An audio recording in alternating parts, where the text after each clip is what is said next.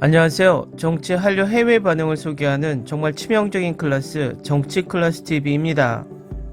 오늘은 한류가 국제 인재를 빨아들이듯이 모두가 한국인이 되고 싶어 한다란 제목의 미국 최대 연예 매체 버라이어티에 올라온 기사를 살펴보겠습니다. 제목이 참 노골적입니다. 모두가 다 한국인이 되고 싶어 한다. 조금은 과장된 제목 같지만 기사를 읽다 보면 이것이 비유의 표현이라는 것을 아시게 될 것입니다. 일단 기사를 보시겠습니다. 이상하게 들릴지 모르지만 한국 영화 산업은 지난 몇 년 동안 힘든 시기를 겪었습니다. 하지만 이제 그들의 귀환을 준비하세요. 한국 영화 제작자들이 기생충의 전례 없는 다중적인 오스카 성공을 활용하기를 기대했을 수도 있는 바로 그 순간에 코비드는 한국 영화관을 폐쇄하고 제작을 억누르며 한국 관객의 의지를 소멸시켰습니다. 코로나 이전에 한국은 세계 4위의 극장 시장이었지만 2년 동안 심연에 빠져 있었습니다. 한국 영화 산업이 고품질 영상을 전달할 수 있는 무한한 역량을 갖고 있다는 사실은 한국이 4개의 완전히 다른 제목을 가지고 있는 작품의 초청으로 인해 칸에서 충분히 드러났습니다. 일본의 전 황금 종려상 수상자 고레에다 히로카즈가 한국에서 만든 이슈 중심의 드라마 브로코, 오징어 게임 스타 이정재의 복잡한 1980년대 첩보 액션 영화 그의 장편 감독 데뷔작 헌트, 그리고 칸 영화제 복귀작인 정주리 감독의 절제되고 성찰적인 드라마 다음 소위. 그러나 한국 내에서 영화 산업은 지난 2년 동안 막대한 돈을 잃었고 배급사는 현지 개봉을 중단함으로써 새로운 상황에 직면했습니다. 작년 칸에서 상영된 비상선언은 아직 한국 내에서 개봉되지 않은 상태이며 개봉을 기다리는 100편이 넘는 완성된 영화의 상영 대기 명단에 합류했습니다.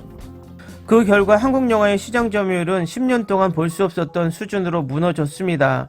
한국 영화의 총 수입은 2019년에 약 9,700억 원에서 2021년 1,730억 원으로 급감했습니다.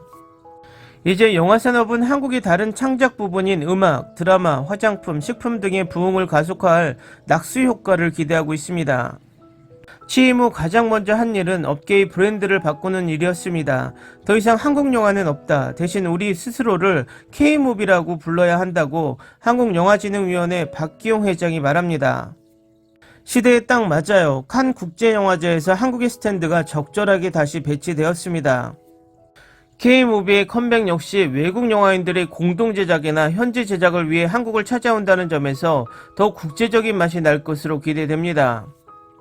칸으로 출국하기 전날 고레이다는 한국에서 영화를 만드는 것이 오랜 꿈이었다고 말했습니다. 송강호, 강동원, 배두나 등 한국의 훌륭한 배우들은 여러 영화제에서 만났고 오랫동안 그들과 긴밀한 관계를 유지했습니다. 마이크 피기스 감독은 한국 배우들의 자질, 특히 여성 배우들의 자질은 그가 한국 영화 제작에 대한 그의 기대작 CM을 감독하기로 약속한 주요 이유 중 하나라고 말했습니다. 주로 넷플릭스를 통해 약 2년 전에 한국 드라마를 많이 봤어요. 나는 한국 영화 제작 스타일에 흥미를 느꼈습니다라고 팬데믹 직전 부산에서 말했습니다. 그래서 15개월 전에 한국행 비행기표를 사기로 했어요. 한국 현대문화에 휩쓸린 것은 피기스만이 아닙니다. 프랑스의 드니 데르코르는 최근 프랑스와 한국이 혼합된 배우와 스태프가 출연한 한국 배경 범죄 드라마 베니싱을 공개했습니다.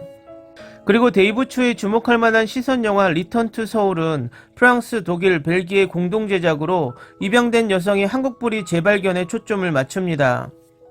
한국이 아시아 전역에 미친 엄청난 문화적 영향을 볼 수 있었습니다. 아시아를 여행하다 보면 한국 현대 음악을 듣고 한국 영화를 보는 모습을 볼 수 있습니다.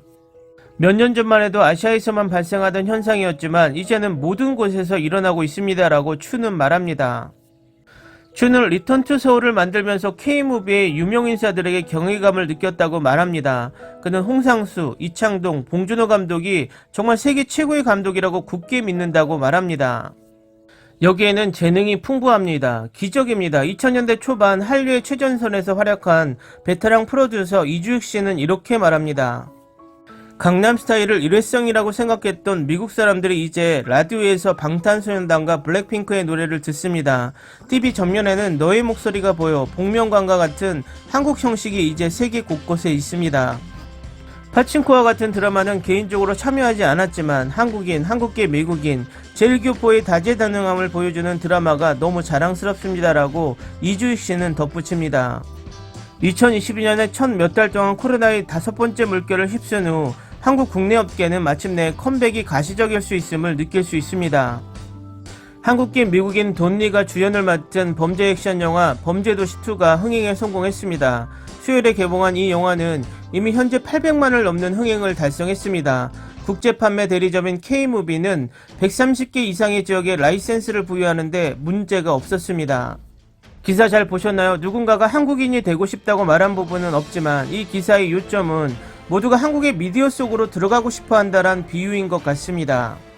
재밌는 것은 아마도 한국 기사의 제목이었다면 국뽕이라고 엄청난 손가락질을 받았을 겁니다. 하지만 미국을 대표하는 연예 잡지에서 이런 제목을 붙인다는 자체가 재미있는 현상이고 재미있는 시대에 살고 있다는 것입니다.